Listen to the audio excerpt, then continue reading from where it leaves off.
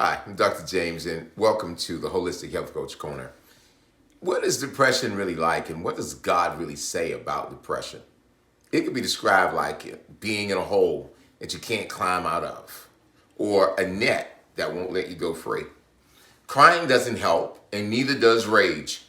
Yet you prayed all night, and yet you're still there. For those of us who don't have it, depression can be hard to understand. A mood disorder with both mental and physical impacts. Depression is different from typical feelings of sadness or grief. Some people describe it as feeling like a series of weights that's been placed upon their shoulders, dragging them lower and lower until they can barely crawl. Others say it's persistent invading melancholy that won't go away no matter how good life seems to be. Still others feel numb, lethargic, like they're running on a battery that's slowly, methodically winding down to a bare hum of energy. And it affects so many of us. According to the American Psychiatric Association, 1 in 15 adults experiences the chemical imbalance that is depression in any given year, with 1 in 6 experiencing it at some point in their life.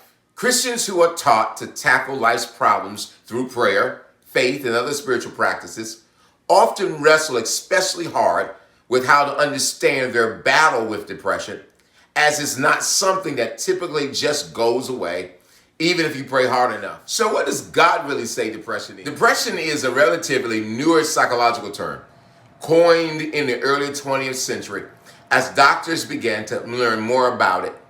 But it's a disorder that has cropped up in ancient texts, including the Bible. A number of people throughout the Bible experience what appears to have been depression, from Moses to King David. Still, the word depression doesn't appear in the scripture as is used today, with the exception of Proverbs chapter 12, verse number 25, which offers just a quick note among other snippets of wisdom. Listen to the text. Anxiety weighs down the heart, but a kind word cheers up. The Hebrew word for weighs down is shakah, which translates to bow down or to depress. Where does the Bible talk about depression? The Psalms are rife with depression.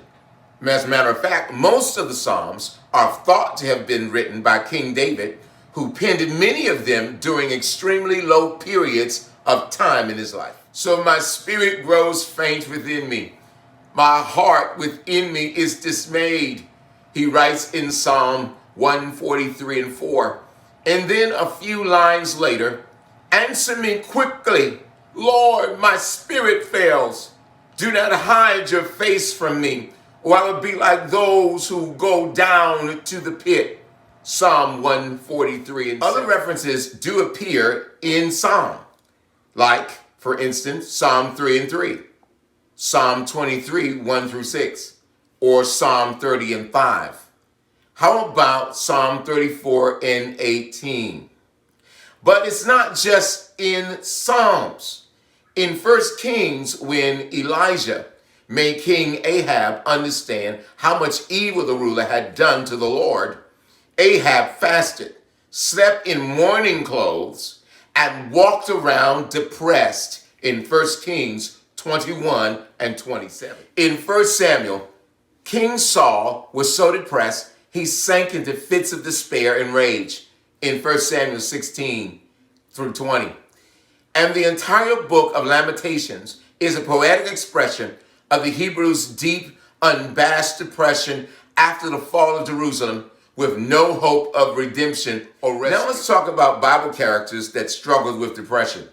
In addition to David and Saul, other Bible characters wrestled hard with depression and mood disorders. Moses had a dark wilderness experience of his own several times over the course of his long life. God had tasked Moses with leading Israel out of Egypt to the promised land, a job Moses did not really want. Yet God insisted. Again and again, he do as God told him, only to face opposition, complaint, and rejection from his own people. who were dissatisfied and also scared. At one point, after the people railed against him in the desert, Moses cried to the Lord, I cannot carry these people by myself. The burden is too heavy for me. If this is how you're going to treat me, please go ahead and kill me. If I have found favor in your eyes, do not let me face my own ruin. Numbers chapter 11, verse 14 and verse number 15. The prophet Jeremiah also suffered from depression. You understand that the prophet Jeremiah rejected, mocked by his people, poverty-stricken and deeply lonely, struggled with depression throughout his days. At one of his lows, he cursed the day that he'd been born. Jeremiah chapter 20, verse number 14. And a few breaths later cried out, why did I ever come out of the womb to see trouble and sorrow to the end of my days in shame? In chapter 20, verse number 18. Judas Iscariot also suffered from depression. He writes, so overcome with guilt and pain over the wrong he did in betraying Jesus, he hanged himself. In Matthew chapter 27, verse number 3 to verse number 5. Here's some others who struggled deeply with depression. Job, for instance. Job was despondent after he lost everything that he had dear to him in what some might argue as a cruel test. He lost his 7 sons and 3 daughters, his servants and livestock, his wealth, his physical health, to the point that he was struck with painful, dreadfully itchy sores from the head to his toe. After his friends arrived to mourn, they became so depressed that he declared he wished he had never been born in Job chapter 3. Elijah, after he achieved huge success for the Lord against the prophets of Baal, sank into depression after he was forced to flee for his life into the desert beyond Beersheba. He even begged God to take his life. 1 Kings chapter 19 and verse number 4. Jonah, the reluctant prophet who ran from God's call before spending 3 days in the belly of the fish, became bitterly, angrily depressed after his ordeal over God's decision to spare Nineveh in Jonah chapter 4, verse number 1 to verse number 11.